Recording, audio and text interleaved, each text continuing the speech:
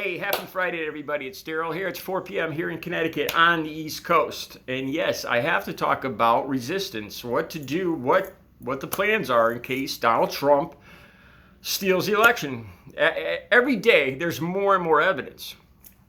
This isn't a dress rehearsal anymore. He's pretty much come right out and said it. He will not accept a transition of power. He's not going to accept losing, basically, is what he's saying. Either he wins outright or he's going to throw votes out.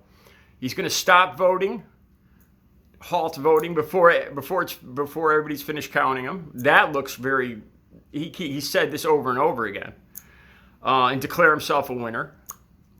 Now it looks like Barr and Trump are talking to state legislators that are in the states that are swing states or dedicated red states because they're worried that there will be electors from the Electoral College that might do the will of the people. If the will of the people is to go blue, to vote for Biden, what they're planning on doing is they're convincing these state legislators so that they could remove these electors from the Electoral College and replace them with electors that are dedicated to voting for Trump.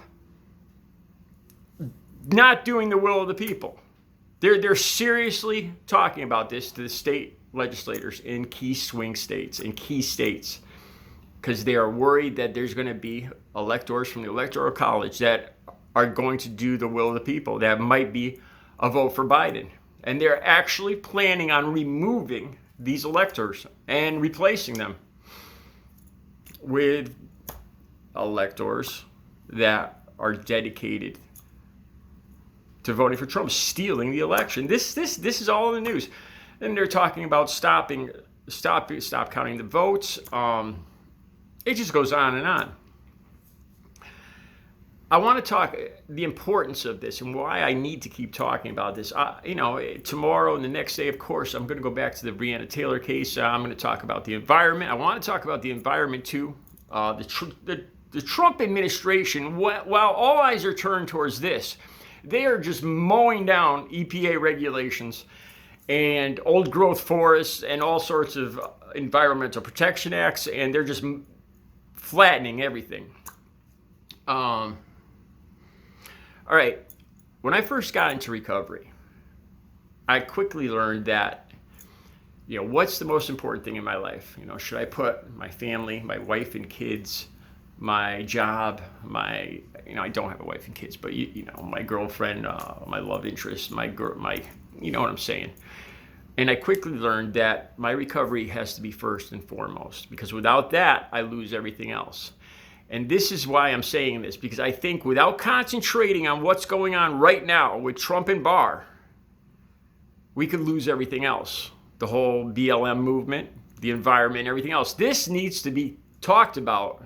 And like I brought up the point of a work stoppage. I started thinking about this. I've been thinking about this nonstop for days. All right. The day after Thanksgiving, Black Friday, the entire country counts on this day to break even, to make their money for the year. Especially with this year, with the everything, with way less sales from the COVID-19 virus. What if there was a strike on Black Friday? It could cause it could collapse the economy perhaps. If there is an illegitimate government, if Trump declares an illegitimate government, my idea is not to go down the path of any type of illegal activities or violence, because I believe that's exactly what Trump and Trump supporters are preparing for. They would love nothing more than to paint Biden and progressives and everybody else as violent agitators and whatnot. And they're prepared for that with all their tools and whatnot. No. We've seen this year how scared Trump and Trump supporters are of the economy losing any steam. If it looks like there's going to be an illegitimate government, I mean, it couldn't be much clearer. Trump couldn't be much more clearer about this. Unless he's playing a game of chicken with our 244-year-old democracy, he's serious. It's one or the other. And him and Attorney General Barr are setting up a way to do this. A clear-cut way to go about taking the election without the necessary number of votes. Like I just said, just today in the news, they're talking about being able to convincing the states to be able that the Trump administration could come in and pull out electors from the Electoral College that aren't dedicated to voting for Trump. If the will of the people is to vote for Biden, they want to remove those electors and replace them with ones that are dedicated to voting for Trump, regardless of the majority of people wanting Biden for president. This is unacceptable. So I've been clearly thinking about this. Today I went out and bought this swipe card for my phone so I could sell my paintings and collect money at protests and on the move. I'm not kidding around about this. I'm looking into establishing PayPal and GoFundMe pages for legal defense. Like I talked about in the description of my last video, I've started already talking to other artists about donating my paintings, donating other works, talking to chefs for donating food. The idea here is for less people to go out to the stores on Black Friday and spend money there, where we would just give away or sell these things at cost to people to use for gifts so that people would not spend this money at the store. So the idea here is to make Black Friday fall flat. No democracy, no economy. Crush the economy. If this is going to be an illegitimate government, crush the economy. Remember back, I don't know how many years ago it was, Rage Against the Machine played in front of the New York Stock Exchange. I think they even got arrested for that, closing down the stock exchange for the day.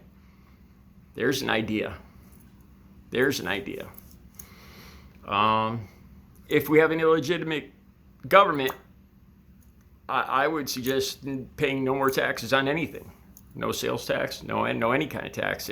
Why give money to a government that's illegitimate? See, and this is why we're going to need a legal defense fund too. I'm thinking about all this. I hope I'm wrong. I hope I'm wrong. But every single day, yesterday, like I said, yesterday he came right out. He wouldn't admit to a peaceful transition of power. And it's not just that. This has been going on for weeks now. Every single day, him and Attorney General Barr are legally maneuvering and maneuvering in other ways so that this is going to happen. Like I said, if I'm wrong, thank the Lord. Thank the Lord. If there's just an honest election, and that doesn't mean I'm not supporting Biden here at all. I want a legitimate election, and it's really looking like after 244 years of democracy, Trump is going to do away with that. Trump supporters are just watching Fox News and have no idea. They think they're the patriots right now.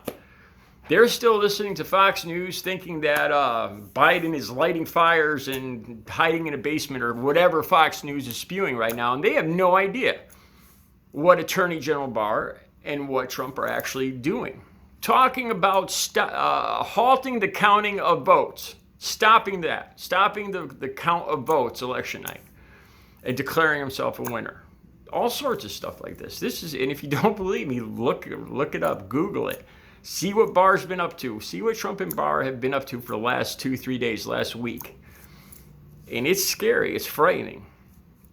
Again, I want to refer to Bo, the fifth column, and how he talked about being prepared, having I forgot what he called it, a go bag, I think he called it. But I think we should go one up from that and just start preparing with extra food, extra money, clothing, medical supplies, toiletries, gas.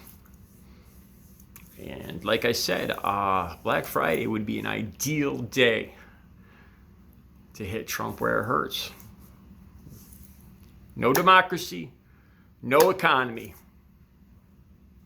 A peaceful resistance and hit Trump where it hurts.